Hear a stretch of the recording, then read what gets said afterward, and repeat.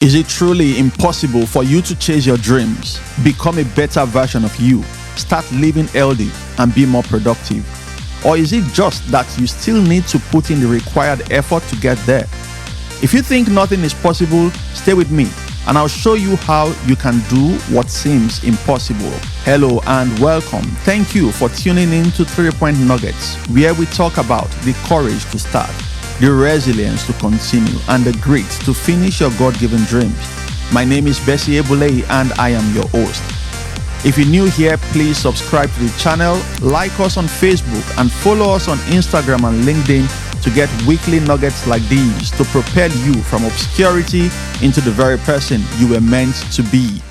It was St. Francis of Assisi that said, "Start by doing what is necessary, then what is possible, and suddenly you are doing the impossible."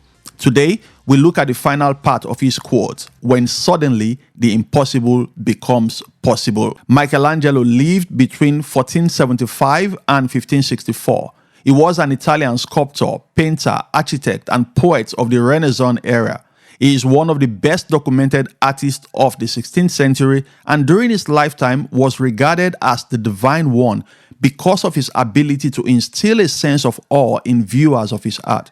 Michelangelo created two of the most influential frescoes in the history of Western art, one of which was the ceiling of the Sistine Chapel. Although this guy did not consider himself a painter, it is worth noting that the ceiling of the Sistine Chapel attracts 500,000 visitors per month to this day. What a story of doing the impossible. The Sistine Chapel is located inside the Vatican Museums in Rome, and Michelangelo took approximately 4 years of intense labor to complete the painting of more than 300 figures on the ceiling, which is almost 500 square meters in length. Michelangelo painted on frescoes, a technique of mural painting executed upon freshly laid wet lime plaster. He and his assistants worked from hundreds of sketches to transfer outlines onto a freshly plastered surface. Once he became comfortable with the medium, he abandoned the sketches. It is interesting to note that Michelangelo never wanted to paint the ceiling of the Sistine Chapel. He knew the task was difficult and insisted that he resented the commission from the word go. Michelangelo also felt it was a plot by his enemies to make him fail on the grandest scale because he was a sculptor and not a painter. But somehow, he reluctantly agreed to take on the task.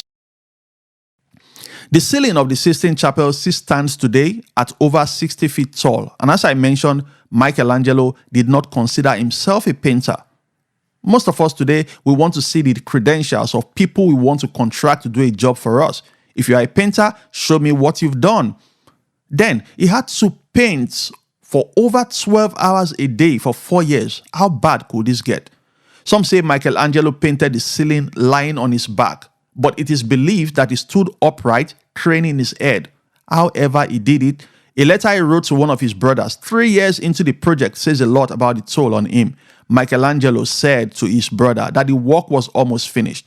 He was plainly exhausted, but he said, "I shall be home in September. I work harder than anyone who ever lived. I am not well and worn out with this stupendous labor, and yet I am patient in order to achieve the desired end." In the end, the man who did not consider himself a painter, who worked over 12 hours a day for 4 years at over 60 feet high, and who was worn out with work, had done what seemed impossible. Nelson Mandela said, "It always seems impossible until it's done." Michelangelo did the impossible, and today, that reluctant decision still attracts 500,000 monthly visitors.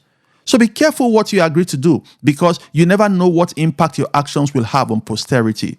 So, what is not possible? Is it impossible for you to swim, to write, take that course, start living healthy and live your dreams? Or is it just that you still need to put in the required effort?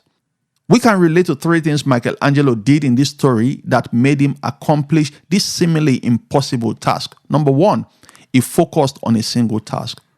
Now, working over 12 hours a day for 4 years automatically meant he could not do anything else.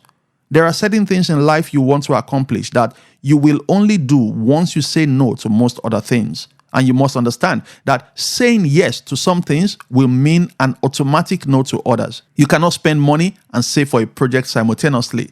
You cannot ignore your health and hope to be healthy. You cannot be negative and expect people to want to get closer to you.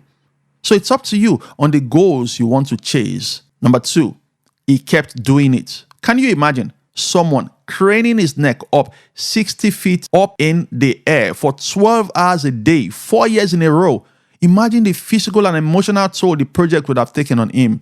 What would have happened if he had stopped halfway? You can't give up after the first try.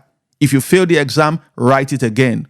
If you lost a client or relationship, learn the lessons and try again.